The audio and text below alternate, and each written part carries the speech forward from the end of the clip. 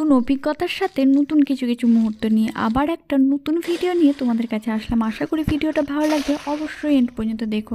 আর এরকমই ভিডিও পেতে চাইলে চ্যানেলটাকে সাবস্ক্রাইব করতে পারো, ফেসবুক এবং হোয়াটসঅ্যাপ চ্যানেলেও তাড়াতাড়ি জয়েন করো। সব কিছুর লিঙ্ক তোমরা ভিডিওর ডিসক্রিপশনে এবং অ্যাবাউট সেকশনেও পেয়ে যাবে। আর ভিডিওটা দেখার পর যদি একটু ভালো লাগে ছোট্ট একটা লাইক করো, শেয়ার করে সদস্য সংখ্যাটা বাড়িয়ে দিও। কমেন্টে নিজেদের মতামতটা শেয়ার করলে আমার আর একটু বেশি ভালো লাগবে। তাহলে চলো আর দেরি না করে ভিডিওটা শুরু করলাম। শীতের আরও একটি সকালে সুপ্রভাত জানাই তোমাদের সকলকে। Very very good morning. তোমরা সকলে কেমন আছো? আশা করছি ভালো আছো এবং সুস্থ আছো। প্রায় প্রতিটা ভিডিওতেই সকালে উঠে তোমাদেরকে যে সমস্ত কাজকর্ম দেখায় আজকে সব কিছুই কমপ্লিট। আজকে একটু অন্য কিছু দেখাবো, কারণ আমি তোমাদেরকে বলেই থাকি প্রতিটা ভিডিওতে চেষ্টা করি কিছু কিছু নতুন কিছু শেয়ার করার। তবে সত্যি এই ভিডিওটাতে চেষ্টা করেছি শুরু থেকে শেষ পর্যন্ত তোমাদের সাথে নতুন নতুন কিছু শেয়ার করার। বাবা ছাতা হাতে নিয়ে এভাবে কি দেখার চেষ্টা করছি একটু বলো তো। আসলে কিছুদিন আগে এই ছোট্ট ট্যাঙ্কিটাতে ছোট ছোট মাছগুলো ফেলেছিল।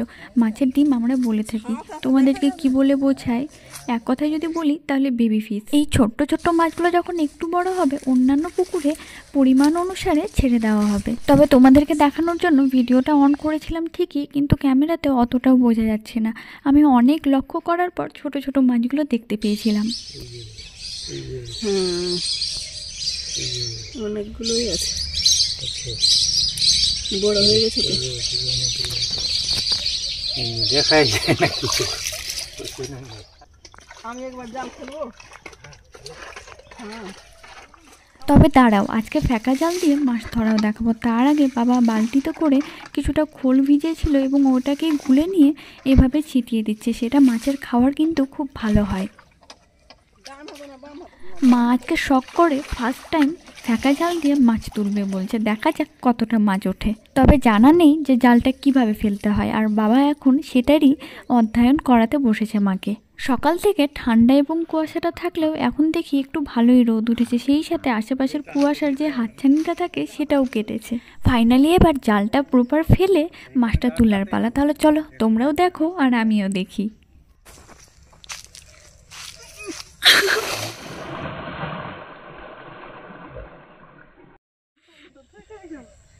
যাই হোক, ফেলাটা অতটাও খারাপভাবে হয়নি। দেখা যাক এবার মাছ কটা ওঠে। জালটাকে ওভাবেই বেশ কিছুক্ষণ জলের মধ্যে রাখা হলো, তারপর আস্তে আস্তে করে ডাঙার দিকে নিয়ে এসে তুলে নিতে হবে।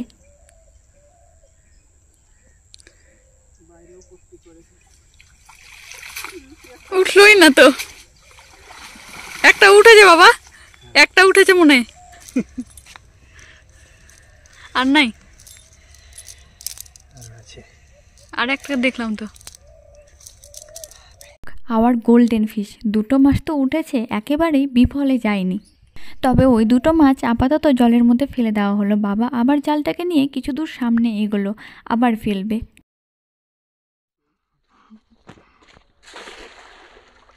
দেখা যাক এবার কটা মাছ ওঠে। তবে এবারে মোটামুটি ভালোই মাছ উঠেছিল, কিন্তু প্রতিদিনের তুলনায় আজকে একটু কম মাছ উঠছে। জানি না কেন, হয়তো ঠান্ডার জন্যও হতে পারে। আর ফার্স্ট টাইম তোমাদের সাথে ভিডিও শেয়ার করছি, একটু এক্সপিরিয়েন্সটা অতটাও ভালো হলো না। অন্যান্য দিন 1 থেকে 2 বার জাল ফেলাতেই যতটা খাওয়ারে পরিমাণ লাগে তার থেকে বেশিই মাছ ওঠে, কিন্তু আজকে একেবারেই মাছ উঠছিল না। বাবা তো বলছিল ঠান্ডার জন্য মাছ একটু কম উঠছে, ঠান্ডার সময় অত সহজে মাছ উঠতে চায় না। উঠেছে তো,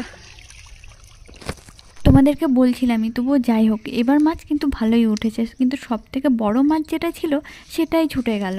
জাল থেকে ছাড়াতে না ছাড়াতেই এক লাফে জলে।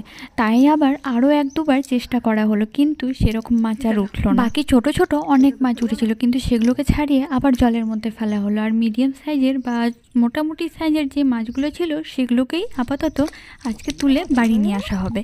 তবে আফসোস এটাই, সব থেকে বড় মাছটাই হাতছাড়া হয়ে গেল। হয়তো এখনো ওর ধরা দেওয়ার সময় হয়নি, তাই শত চেষ্টা করেও আর পাওয়া গেল না। আপাতত এই কটাই মাছ হলো। আরও কয়েকটা মাছ কালেক্ট করার জন্য আর বড় মাছটা যে সাইডের পুকুরে গেছে সেটাকে আবার ধরার জন্য আরও একবার জাল ফেলা হলো, কিন্তু সেই মাছটা আর উঠল না। লাস্ট আরও একবার বাবা জালটা ফেললো, আর আমি আর মা এই পাশে একটু হাঁটা দিলাম। দেখি লাস্ট এবার কটা মাছ উঠে সেটাই নিয়ে এবার বাড়ির দিকে রওনা দিব। যেটা ছুটে গেছে সেই মাছটা না হোক, 1-2টো মাছ যদি হয়ে যায় তাহলেই আজকের মতো কমপ্লিট হয়ে যাবে। ছোট মাছগুলো তো অনেকটাই ওঠে, সেগুলোকে আবার ছেড়ে দেওয়া হয়, কিন্তু মিডিয়াম সাইজের মাছগুলো এবার 1-2টো আবার উঠেছে। দেখতে দেখতে আমারও একটু ইচ্ছা হলো মাছগুলো ধরার, তবে বড় মাছ তো আমি পারি না, ছোট মাছগুলোও আমার কাছে ধরা দিচ্ছে না। আজকের মতো এই কটাই মাছ কালেক্ট হলো, যা হয়েছে তবু অনেক হলো। চলো এবার যাওয়া যাক তাহলে বাড়ির দিকে। আর তোমাদের ফার্স্ট টাইম মাছ ধরার এক্সপিরিয়েন্সটা কেমন লাগলো সেটা একটু কমেন্টে বলো। আমি যে কোনটা কোনটা দিয়ে যাচ্ছি কে জানে।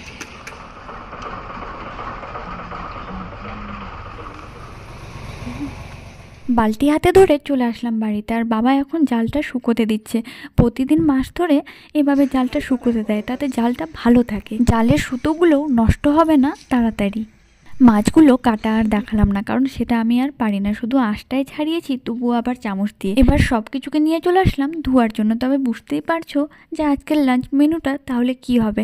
আরও একটা স্পেশাল রেসিপি তোমাদের সাথে শেয়ার করব, তবে সেটা আমাদের নয়, বলতে পারো পাড়া প্রতিবেশী হিসাবে রাজবংশী যেহেতু থাকে তাদেরই কিছুটা রীতিনীতি অবলম্বন করি। শুধু রীতিনীতি নয়, তাদের কিছু কিছু রেসিপিও খুব ভালো লাগে, সিম্পল হয়, ইউনিক হয়, কিন্তু খুব টেস্টি। রান্না করতে সময়ও খুব অল্প লাগে, স্বাস্থ্যকর হয় এবং পুষ্টিকর। আজ ওরকমই একটা রেসিপি তোমাদের সাথে শেয়ার করব।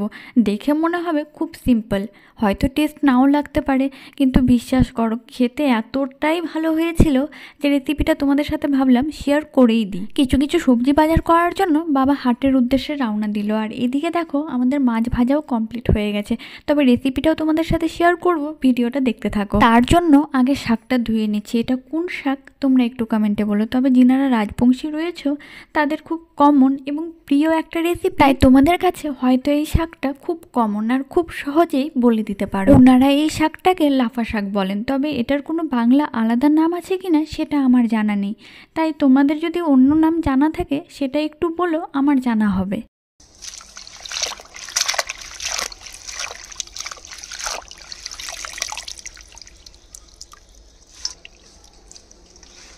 শাকটাকে ভালোভাবে 3 থেকে 4 বার ধুয়ে নিলাম, যতক্ষণ না বালি ও মাটিগুলো পুরোপুরি ধুয়ে যাচ্ছে। তবে মজার কথা এটা, যতদূর শুনেছি ওনারা এই রেসিপিটা রান্না করার সময় শাকটাকে আর এক্সট্রা করে কাটেন না, কিন্তু মা রান্না করার আগে মোটা মোটা করে হলেও একটু কেটে নিয়েছে। শাকটাকে সিদ্ধ করার জন্য পরিমাণ মতো জল দেওয়া হয়েছে, জলের মধ্যে দেওয়া হলো পরিমাণ মতো লবণ, আর দেওয়া হবে থেতো করে রাখা রসুন, থেতো করে রাখা আদা এবং কয়েকটা লঙ্কা ফাটিয়ে নেওয়া হয়েছে, তবে কাঁচা লঙ্কা হলে বেশি ভালো হতো।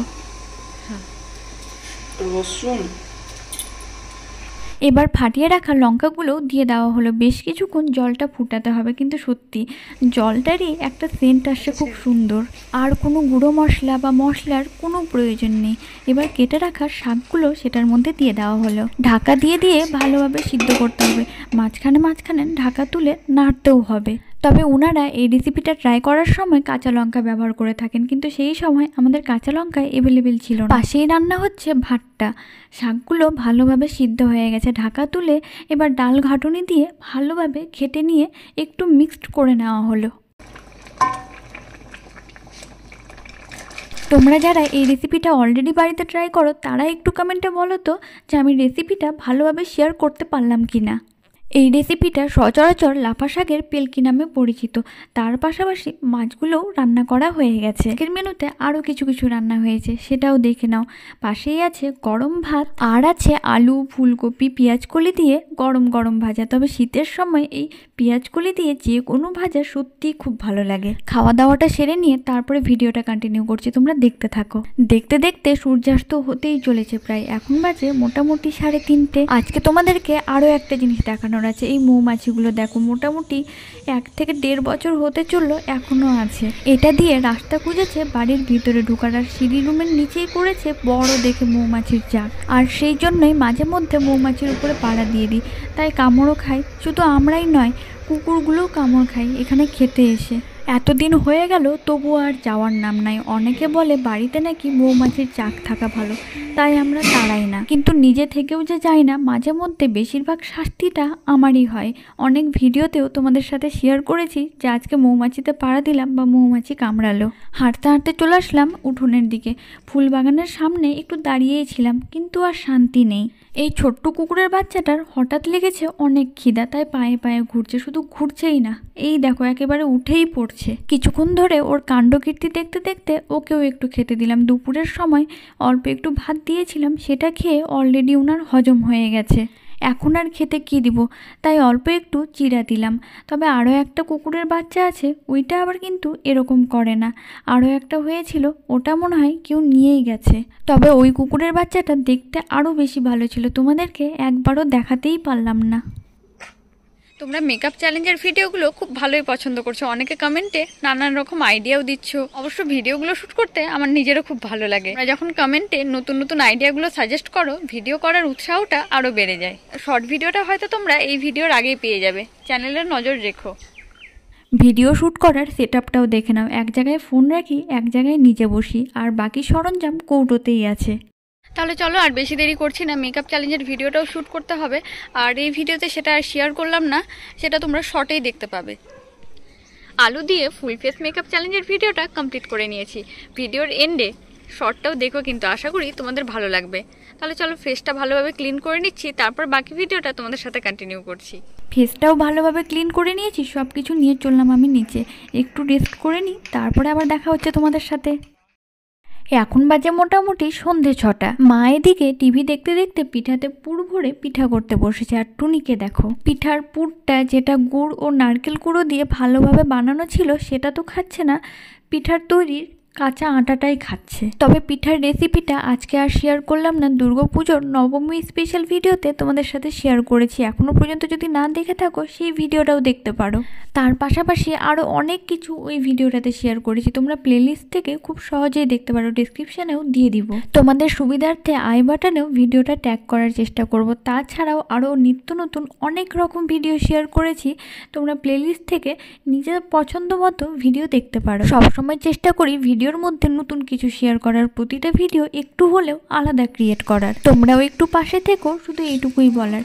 আর দেখতে দেখতে সমস্ত পিঠা করা হয়ে গেছে, এবার সেগুলোকে ভাপে বসানো হয়েছে। এই প্রসেসটাকে দমে বসানো বলে। গামলার মধ্যে জল দেওয়া হয়েছে, আর সেই জলের উপরে দেওয়া হয়েছে ফুটো ফুটো ছাঁকনির মতো থালাটা, আর থালার উপরে দেওয়া হচ্ছে পিঠা। পিঠাগুলো জলের ভাপে যখন ভালোভাবে সিদ্ধ হয়ে যাচ্ছে, আরও কিছু কিছু পিঠা ওর উপরে দেওয়া হচ্ছে। এইভাবে পুরো প্রসেসটা কমপ্লিট করা হলো। পিঠার পাশাপাশি কম্বিনেশন ডিশ হিসাবে ছিল আলু ভাজা। তাহলে আজকের ভিডিওটা আমি এখানেই এন্ড করলাম।